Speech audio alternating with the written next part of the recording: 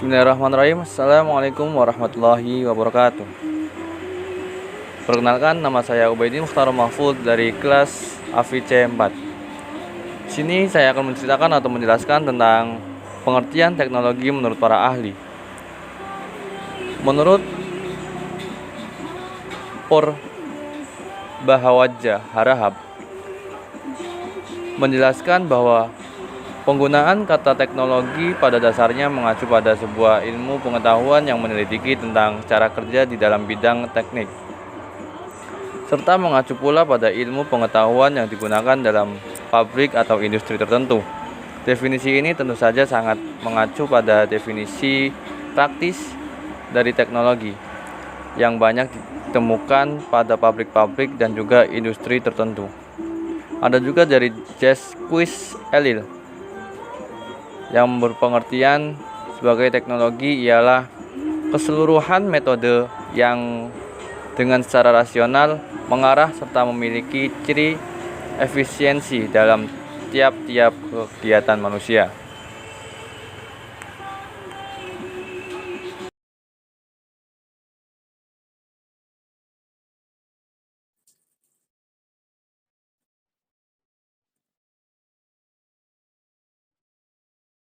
Selanjutnya yaitu manfaat secara umum teknologi.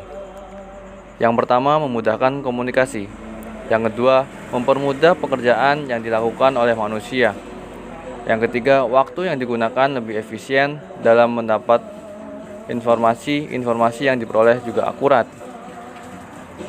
Yang keempat, dapat membantu manusia dalam meningkatkan dan memanfaatkan sumber energi baru yang berguna untuk kelangsungan hidup manusia.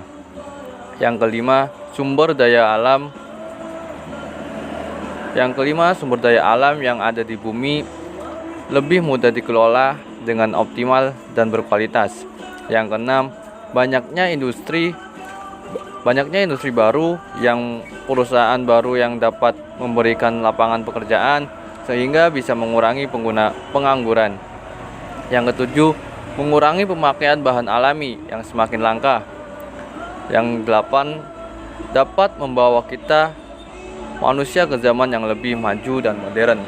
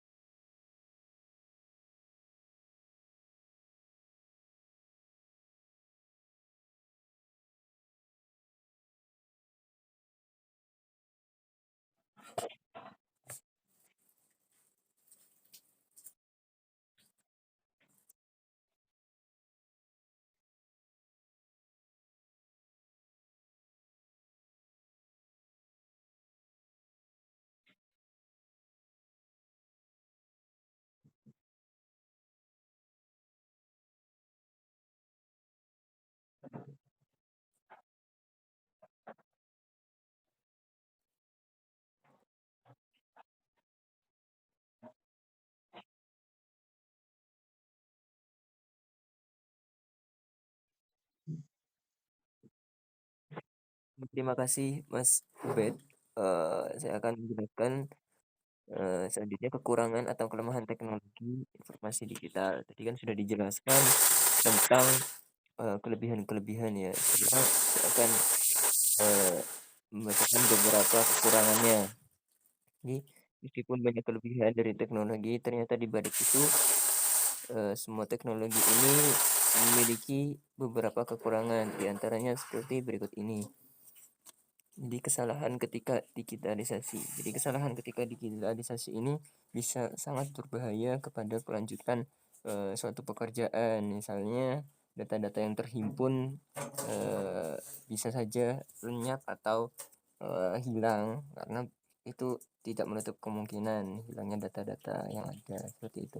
Terus dominasi dunia oleh teknologi analog.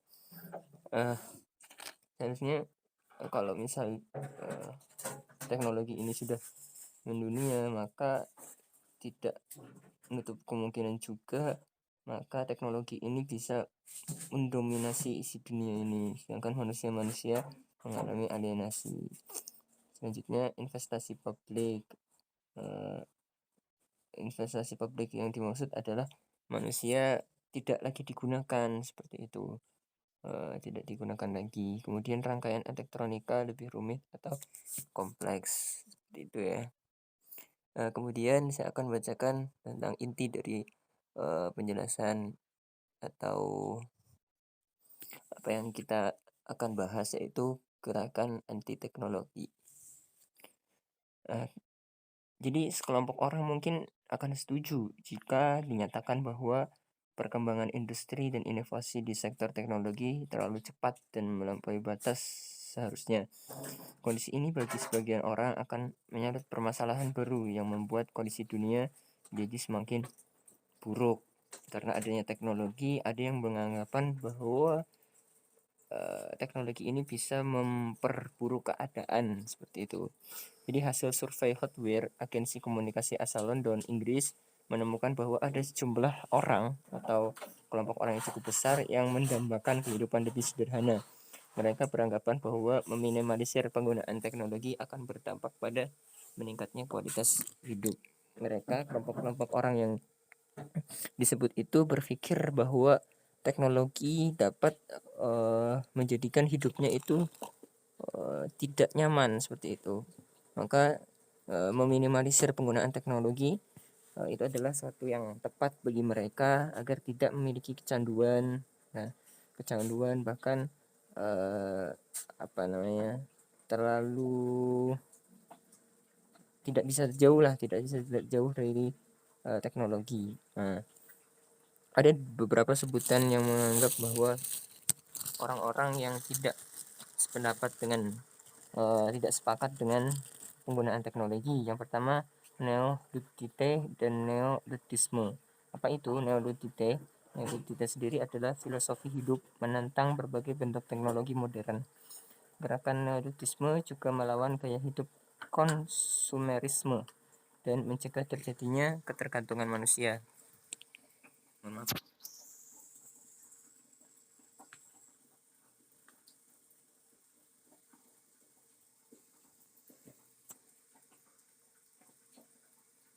Lanjutkan.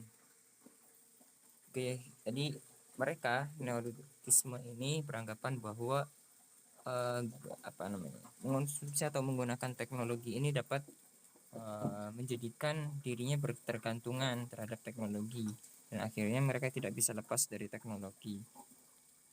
Itu adalah neoludite. Kemudian neoludisme adalah gerakan tanpa pemimpin dari kelompok non afiliasi yang menolak teknologi modern dan mendikte kembalinya beberapa atau semua teknologi dan tingkat yang lebih primitif. Mereka, orang-orang yang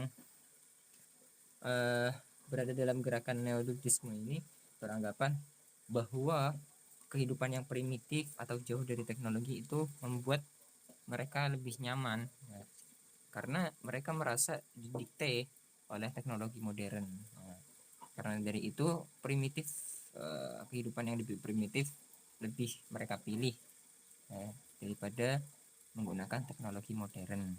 Seperti itu.